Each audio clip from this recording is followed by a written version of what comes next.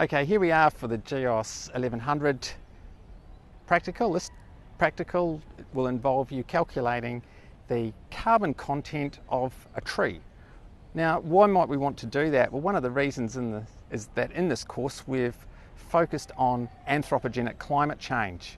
And anthropogenic climate change is primarily driven by loading of the atmosphere with carbon as a result typically of the combustion of fossil fuels, but also removal of vegetation whereby the sequestering capability of trees and so forth is depleted as we remove that vegetation from the Earth's surface. So today's exercise we're going to calculate the amount of carbon that's stored in two particular tree species, one being very common here in Australia, the eucalypt, and the other being a pine tree. Now, this is a relatively simple exercise, but it allows you to put in context, for example, how many trees are required to actually absorb your annual carbon footprint. Okay, by that I mean your footprint relates to the activities you undertake, for example, what you drive, how often you drive, the food you eat, whether you go out at night, all these sorts of things impact your carbon footprint, how much carbon is consumed to actually provide you with the lifestyle that you're accustomed to. So here's an opportunity to actually determine how many trees have to be planted to absorb your carbon footprint, in essence to make you carbon neutral. Now, we're going to use an inclinometer, which is an instrument used to measure angle. From that, we're going to determine the height of the tree through some simple trig as outlined in the exercise handout. If you don't have an inclinometer, the other thing you can do is download an app to your smartphone. Now, there are many apps available that enable you to use your smartphone to determine the height of an object, such as a tree. You can also apply it to buildings and various other objects, but here you can use it to calculate the height of the tree rather than using an inclinometer. We'll also need to determine the distance we are from the tree so that we can therefore calculate the angle between the horizontal and the top of the tree that we're studying.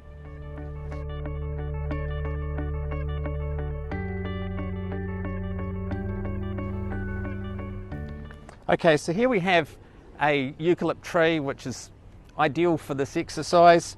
It's very similar in shape to that which is shown in the handout for this carbon calculation exercise. So what we're doing, we're actually measuring from the base of the trunk out to where I'm standing.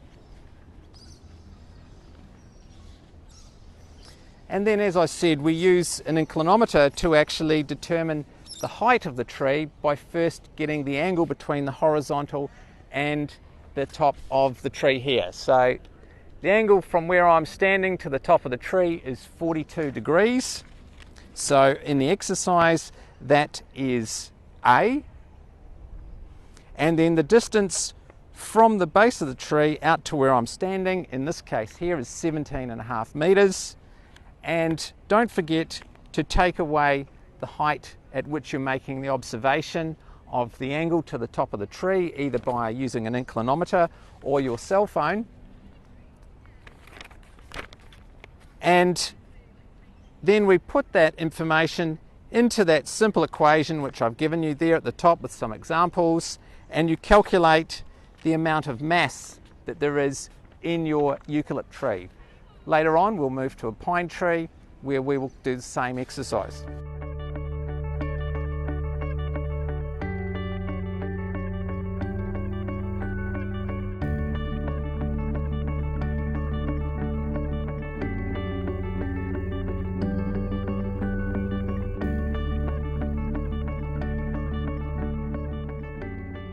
Okay, so this time we're actually measuring the carbon stored within a different species of tree. This is our pine tree. A little different to the one which is shown in the handout, I know. That's more of a pinus, a North American species. So what we have here is the same routine where we measure out from the base of the tree in known distance. This time it's 19.5 meters. And again, we'll use the inclinometer to actually make a measurement to the top of the tree of the angle between the horizontal and the top of the tree. And this time it's 45 degrees. Also in this exercise, think about the different forms of the tree and what you might think about how much carbon is actually stored within the tree before you calculate it. You know, talk among yourselves and think, for example, do I have more carbon stored in this form of tree? Bearing in mind that this is a softwood tree, it's not a hardwood tree like a eucalypt, the other example which we worked on before. What impact might that have on the amount of carbon stored in the tree? As you work through the exercise, as I mentioned before, we're going to estimate how many trees are required every year to absorb your carbon footprint so you become carbon neutral. Think about scaling that up. How many trees actually have to be planted to absorb the carbon footprint of the inhabitants here of southeast Queensland? 3.5 million people.